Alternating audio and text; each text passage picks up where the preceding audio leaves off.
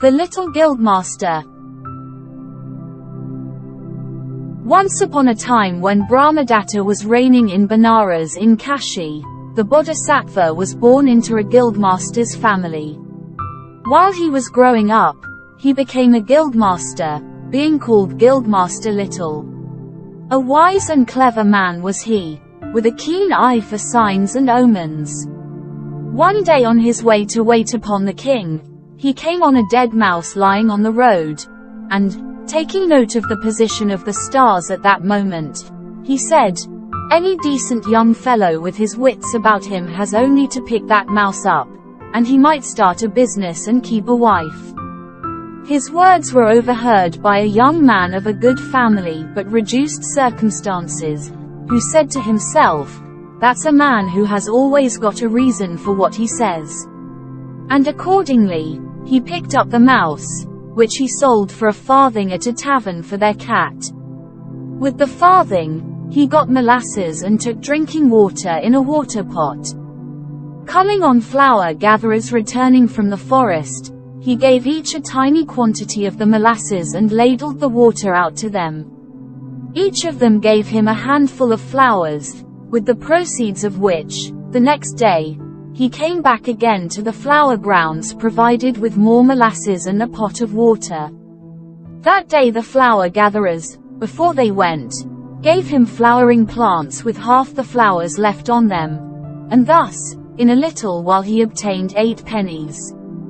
Later, one rainy and windy day, the wind blew down many rotten branches and boughs and leaves in the king's pleasance, and the gardener did not see how to clear them away. Then up came the young man with an offer to remove the lot, if the wood and leaves might be his. The gardener closed with the offer on the spot. Then this apt pupil of Gildmaster Little repaired to the children's playground and in a very little while had got them by bribes of molasses to collect every stick and leaf in the place into a heap at the entrance to the pleasance. Just then the king's potter was on the lookout for fuel to fire bowls for the palace, and coming on this heap, took the lot off his hands. The sale of his wood brought in 16 pennies to this pupil of Gildmaster Little, as well as 5 bowls and other vessels. Having now 24 pennies in all, a plan occurred to him. He went to the vicinity of the city gate with a jar full of water and supplied 500 mowers with water to drink. Said they, "You've done us a good turn, friend.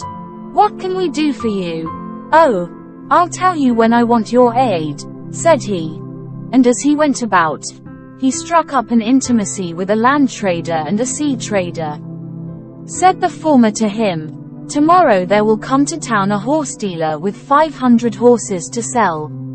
On hearing this piece of news, he said to the mowers, "I want each of you today to give me a bundle of grass and not to sell your grass till mine is sold." "Certainly," said they, and delivered the 500 bundles of grass at his house. Unable to get grass for his horses elsewhere, the dealer purchased our friend's grass for 1,000 pieces. Only a few days later his sea trading friend brought him news of the arrival of a large ship in port, and another plan struck him. He hired for 8 pence a well-appointed carriage which plied for hire by the hour and went in great style down to the port. Having bought the ship on credit and deposited his signet ring as security, he had a pavilion pitched hard by and said to his people as he took his seat inside, "When merchants are being shown in, let them be passed on by 3 successive ushers into my presence." Hearing that a ship had arrived in port, about 100 merchants came down to buy the cargo, only to be told that they could not have it as a great merchant had already made a payment on account. So away they all went to the young man, and the footman duly announced them by 3 successive ushers, as had been arranged beforehand. Each man of the 100 severally gave him 1,000 pieces to buy a share in the ship and then a further 1,000 each to buy him out altogether. So, it was with 200,000 pieces that this pupil of Gildmaster Little returned to Benares. Actuated by a desire to show his gratitude, he went with 100,000 pieces to call on Gildmaster Little. "How did you come by all this wealth?" asked the Gildmaster. "In 4 short months, simply by following your advice," replied the young man. And he told him the whole story, starting with the dead mouse. Thought Lord High Gildmaster Little, on hearing all this, "I must see that a young fellow of these parts does not fall into anybody else's hands." So, he married him to his grown-up daughter and settled all the family estates on the young man. And at the Gildmaster's death, he became Gildmaster in that city. And the Bodhisattva passed away to fare according to his deserts.